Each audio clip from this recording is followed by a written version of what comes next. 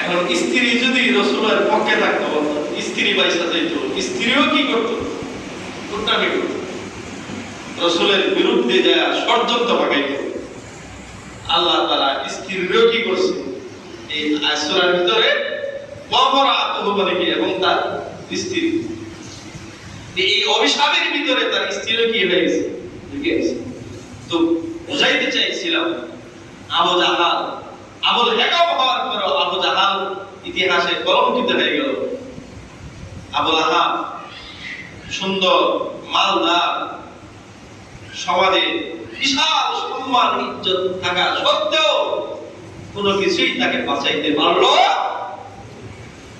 যারা রাসূলুল্লাহ সাল্লাল্লাহু আলাইহি ওয়াসাল্লামের ওই সময়গুলোতে সাহারা দিয়েছে, ভালোবেসেছে, রাসূলুল্লাহ সাল্লাল্লাহু আলাইহি ওয়াসাল্লামের দ্বীনকে গ্রহণ করেছে, আলিঙ্গন করেছে, শরীয়তকে গ্রহণ করেছে, হযরত আবু বকর সিদ্দিক রাদিয়াল্লাহু, হযরত উমর রাদিয়াল্লাহু তাআলার জিন্দেগীর ভিতরে, জীবনের ভিতরে একটা ঘটনা আছে। তিনি যেমন খলিফাতুল মুসলিমিন, অর্ধ পৃথিবীর বাদশা, আমিরুল মুমিনিন, তিনি একদিন এক মাঠ দিয়ে যাচ্ছে। তো এই মাঠ দিয়ে যখন যাচ্ছে, যে মাঠের মধ্যে উট ছাগল রাখালি করা হয়, ওই এলাকায় যখন যাচ্ছে তিনি হাওমাও করে কান্না শুরু করেছে। উমর তো কান্দার লোক, শব্দ বলে মানুষ। আমিরুল মুমিনিন খলিফাতুল মুসলিমিন বুঝলাম না কি রহস্য, এই মাঠের পাশ দিয়ে যাচ্ছেন, হঠাৎ করে এইভাবে কেন কান্না করতেছে? আপনি তো কবরের পাশ দিয়ে গেল কোনদিন কান্না করতে দেখি না, এর চাইতে আরো কঠিন কঠিন ক্ষেত্র আপনার কান্না আমরা লক্ষ্য করি নাই। তাহলে আজকে এই মাঠের পাশ দিয়ে যাচ্ছেন, এমন করে কান্না করার কি রহস্য? হযরত সাইয়েদনা ওমর ফারুক রাদিয়াল্লাহু তাআলা বলেন, ও আমার প্রিয় সাথীরা, আমার ছোট্ট বয়সের একটা স্মৃতিচারণ থেকেই আমার চোখ দিয়া কান্না শুরু হয়ে গেছে। কি সেই স্মৃতিচারণ? ওমর রাদিয়াল্লাহু তাআলা বলেন, আমি এই মাঠের একজন সাধারণ রাখাল ছিলাম। ছোট্ট বয়সে এমন টাইপের ছিলাম, আমার আকল জ্ঞান বুদ্ধিমত্তা এতটা বেশি ছিল না। আমরা সহজভাবে যেটা বলি বইরা রাখি। তো হযরত উমর ফারুক রাদিয়াল্লাহু তাআলা বলেন, আমি একটু নির্মম টাইপের ছিলাম, এমন একজন রাখা ছিলাম। আমার বাবা যখন আমাকে রাখালের জন্য পাঠাইতো, তো রৌদ্রের থেকে, সূর্যের তাপ থেকে বাঁচার জন্য মাঝে মধ্যে উটের ছায়ার মধ্যে বসতাম, আর উটে চেলাইতো, লেদাইতো, পায়খানা করতো, এগুলো আমার মাথার মধ্যে বইরা অনেক সময় চুল জট লেগে থাকতো। আমি উমরের খবরই থাকতো না। বাবা থাপড়াইতো আর বলতো, বেকুব, ছায়ার মধ্যে বসলি, উটের লেদা ছায়া তোর মাথার মধ্যে পড়ে, এটার থেকে পর্যন্ত নিজেকে বাঁচাইতে পারিস না? এতটুকু জ্ঞান আকল বুদ্ধি তোর মাথার মধ্যে নাই? সাইয়েদনা ওমর রাদিয়াল্লাহু তাআলা বলেন, আমি সেই মাঠের রাখাল, আযাল্লাহু বিল ইসলাম, ইসলাম আমাদেরকে এমন সম্মান দিয়েছে, এমন মর্যাদা দিয়েছে। আজকে আমি সেই উমর, খলিফাতুল মুসলিমিন, অর্ধ পৃথিবী আমার হাতের ইশারায় শাসন হয়।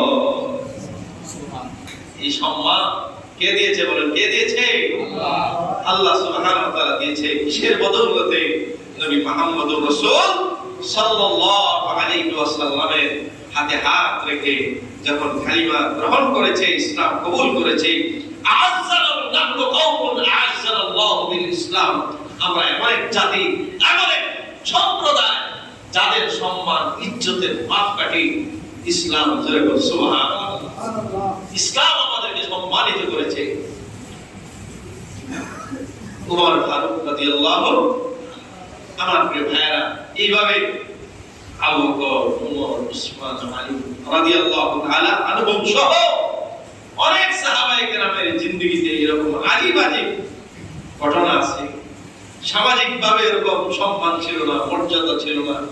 হ্যাঁ, বাদাল ইসলাম গরীবান ওয়া সায়াউদু কামা বাদা ফাতুবা লিল গরাবা। আল্লাহ নবীজি বলেন, জীর্ণ শীর্ণতার মধ্যেই ইসলাম এসেছে, আবার জীর্ণ শীর্ণতা নিয়েই ইসলাম বিদায় হবে। এই জীর্ণ শীর্ণতার মাঝেই যারা ইসলামকে আঁকড়িয়ে ধরবে তাদের জন্যই আল্লাহ রাসূল বলেন ফাতুবা লিল গরাবা, তাদের জন্যই সুসংবাদ রয়েছে। জোরে বল সুবহানাল্লাহ। আমার প্রিয় ভাইরা,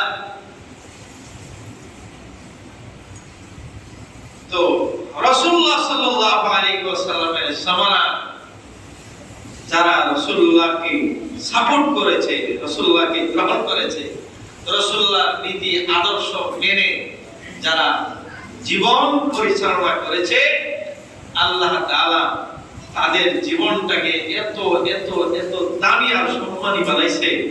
আল্লাহ কোরআনে এদের সার্টিফিকেট দিয়েছে, রাদিয়াল্লাহু আনহুম ওয়া রাদু আন। আল্লাহ বলেন, আমি আল্লাহ এদের প্রতি সন্তুষ্ট হয়ে গেছি, তারাও আমি আল্লাহর প্রতি সন্তুষ্ট হয়ে গেছি। আর জোরে বলবেন না সুবহানাল্লাহ। আল্লাহও রাজি, তারাও আল্লাহর উপর রাজি, আল্লাহও তাদের প্রতি রাজি। সার্টিফিকেট দিয়েছে। আমার প্রিয় ভাইরা, যারা ওই সময়ে রাসূল আকরাম সাল্লাল্লাহু আলাইহি ওয়াসাল্লামের সঙ্গে শত্রুতা পোষণ করেছে, রাসূলুল্লাহকে কদমে কদমে কষ্ট দিয়েছে, রাসূলুল্লাহ সাল্লাল্লাহু আলাইহি ওয়াসাল্লামের পথে কাঁটা বিছিয়ে রেখেছে, রাসূলুল্লাহ সাল্লাল্লাহু আলাইহি ওয়াসাল্লামের মিশনকে থামিয়ে দেওয়ার জন্য বিভিন্ন ষড়যন্ত্র করেছে, রাসূলুল্লাহ সাল্লাল্লাহু আলাইহি ওয়াসাল্লামের কার্যক্রমকে সামনের দিকে এগিয়ে নেওয়ার জন্য বাধাগ্রস্ত করেছে। আর ইতিহাসে তারা কলঙ্কিত অধ্যায়ের মধ্যে আছে। কি বলে, ঠিক না? ঠিক না? হাদিসের কিতাবের মধ্যে তাদের বিভিন্ন ঘটনা আছে না? হ্যাঁ, কলঙ্কিত হয়ে গেছে।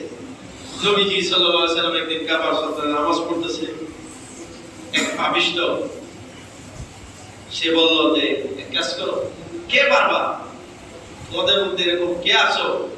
মুহাম্মদ সাল্লাল্লাহু আলাইহি ওয়াসাল্লাম তার মাথা, সে যখন সেজদা যায়, তার মাথার মধ্যে উটের ভুঁড়ি, রক্ত, তারপরে ময়লা, ওই জায়গায় রাখা আছে, ওইটা আইটা তার মাথার মধ্যে ফেলে দিতে পারবে কি? এক পাপিষ্ঠ এসে রাসূলুল্লাহ সাল্লাল্লাহু আলাইহি ওয়াসাল্লাম মাথা মুবারকের মধ্যে রেখে দিয়েছে। রাসূলুল্লাহ সাল্লাল্লাহু আলাইহি ওয়াসাল্লাম জীবনে একবারের জন্য কাউকে কোনোদিন কথা দিয়া, আচরণ দিয়া কোনোভাবে রাসূল কাউকে কষ্ট দেন নাই। সুবহানাল্লাহ। রাসূলুল্লাহ সাল্লাল্লাহু আলাইহি ওয়াসাল্লামের কলিজার টুকরা, কলিজার টুকরা বিদআতুম মিন্নি যাকে বলছে, আল্লাহ রাসূল বলছে আমার কলিজার টুকরা, হযরত ফাতেমা দৌড়ায় সেই নারী পরিগুলো সরাইলেন। রাসূলুল্লাহ সাল্লাল্লাহু আলাইহি ওয়াসাল্লামের দম মুষ্টাগত হয়ে গিয়েছে। এইভাবে পদে পদে রাসূলুল্লাহ সাল্লাল্লাহু আলাইহি ওয়াসাল্লামকে যারা বাধাগ্রস্ত করেছে, ইতিহাসে তারা কলঙ্কিত। আমার প্রিয় ভাইয়েরা, এই যে একটা কথা আমি আপনাদের সামনে নিয়ে আসলাম, যারা সমর্থন দিয়েছে, রাসূলুল্লাহকে গ্রহণ করেছে, তারা সম্মানিত হয়েছে। আর যারা রাসূলুল্লাহ সাল্লাল্লাহু আলাইহি ওয়াসাল্লামের আদর্শকে গ্রহণ করে নাই, বরং রাসূলুল্লাহর আদর্শকে পদে পদে বাধাগ্রস্ত করছে, তারা ইতিহাসে কলঙ্কিত হয়েছে, লাঞ্ছিত হয়েছে। শুধু ইতিহাস নয়, মৃত্যুর পরের জীবনে তাদের শাস্তি আছে না নাই? আর যারা বলেন আছে না নাই? এই মুঠা দাগের এই কথা থেকে আমরা যদি একটা কথা নিয়ে আসতে পারি, সেটা হলো বর্তমান এই সময়ে এসে আমাদের রাসূল সাল্লাল্লাহু আলাইহি ওয়াসাল্লাম তো দুনিয়া থেকে চলে গেছে। কি বলে, ঠিক না? আমাদের নবীজি সাল্লাল্লাহু আলাইহি ওয়াসাল্লাম এই ইহজগৎ থেকে পরকালে ইন্তেজার করেছেন, চলে গিয়েছেন, রিহলাত ফরমাইছেন। রাসূলুল্লাহ সাল্লাল্লাহু আলাইহি ওয়াসাল্লাম চলে যাওয়ার আগে তিনি বলেছেন তারাকতু ফীকুম আমরাইন, এ আমার উম্মতেরা শোনো, আমি তোমাদের কাছে দুটো জিনিস রেখে গেলাম। কয়টা? আর জোরে বলেন কয়টি? দুটি। তারাকতু ফীকুম আমরাইন, আমি তোমাদের মাঝে দুটো জিনিস রেখে গেলাম। লান তাদিল্লু মা তামাসসাকতুম বিহিমা, লান তাদিল্লু মা তামাসসাকতুম বিহিমা, তোমরা যদি এই দুইটা জিনিসকে মজবুতির সাথে আঁকড়ায়া ধরে থাকতে পারো। আর হাদিস আছে, মানে কোন একটা বস্তুকে যেমন দাঁত দিয়ে শক্তভাবে কামড়ায়া ধরলে যেমন জিনিসটা খুব মজবুতির সাথে ধরা হয়, এইভাবে বলা আছে যে তোমরা যদি দুটো জিনিসকে মজবুতির সাথে আঁকড়ায়া ধরতে পারো, লান তাদিল্লু মা তামাসসাকতুম বিহিমা, লান তাদিল্লু মা তামাসসাকতুম বিহিমা। আল্লাহর নবী বিশ্বনবী দো জাহানের বাদশা সরকারে দো আলম নবী, তিনি ফরমান লান তাদিল্লু মা তামাসসাকতুম বিহিমা, আমার উম্মতেরা শোনো, তোমরা যদি ওই দুইটা জিনিসকে ভালোভাবে মজবুতির সাথে আঁকড়ায়া ধরো, তাহলে শোনো শোনো, তোমরা কখনোই ধ্বংসপ্রাপ্ত হবে না, পথভ্রষ্ট হবে না, পথ হারাবে না, জোরে বলো সুবহানাল্লাহ, পথ হারাবে না, অপমানিত হবে না, লাঞ্ছিত হবে না, তোমাদের হেদায়েতের মধ্যে তোমরা অবিচল থাকতে পারবে। তাহলে আমার প্রিয় ভাইরা, আমাদেরকে জানতে ইচ্ছে করে না, তাহলে এই দুটো জিনিস কি ইচ্ছে করে কিনা? একটা হলো কিতাবুল্লাহ, এটা কি প্রত্যেকের ঘরে রাখা আছে আলমিরার ভিতর, বছরে একবার দুইবার খোলা হয় কিনা তাতেও কি আছে সন্দেহ? কি বলে ঠিক না? ঠিক, হ্যাঁ, প্রত্যেকদিন যার যার বাড়িতে যে টেলিভিশন আছে, ওটা যদি না বসে ম্যাডামের উপর কি চলে কিনা, নাবালিক চলে কিনা, ম্যাডামের শাসানি, হ্যাঁ, নোংরা করে কিন্তু সেই ঘরেই কিতাবুল্লাহ, আল্লাহর কালাম গিলাফের ভিতরে এমন জায়গায় রাখা আছে, গিলাফ তো মুখের কাছে নেওয়া যায় না, তো দুর্গন্ধ হয়ে যাচ্ছে, ময়লা পড়তে পড়তে বছরে বছর যায়, ধোয়া হয় না। বাস্তব কি, অনেকের ঘরে তো গিলাফ নেই, এমনি কোরআনের উপর ময়লা পড়তে পড়তে স্তূপ হয়ে যায়। বাস্তব কথাটাই বলছি আমার প্রিয় ভাইরা, অনেক আমাদের মুসলমান ভাইয়ের ঘর খুঁজে পাওয়া যাবে যে ঘরের মধ্যে আজও পর্যন্ত এক জিল কোরআন শরীফ খুঁজে পাওয়া যাবে। কি বলেন? ঠিক না? ঠিক না? এক কপি কোরআন ঘরের মধ্যে আছে নাই, এরকম মুসলমানের ঘরও কি বলেন আছে না নাই? হ্যাঁ আছে। এরকম ভাষা খুঁজে পাওয়া যাবে যে ভাষাতে এক কপি কোরআন হয়।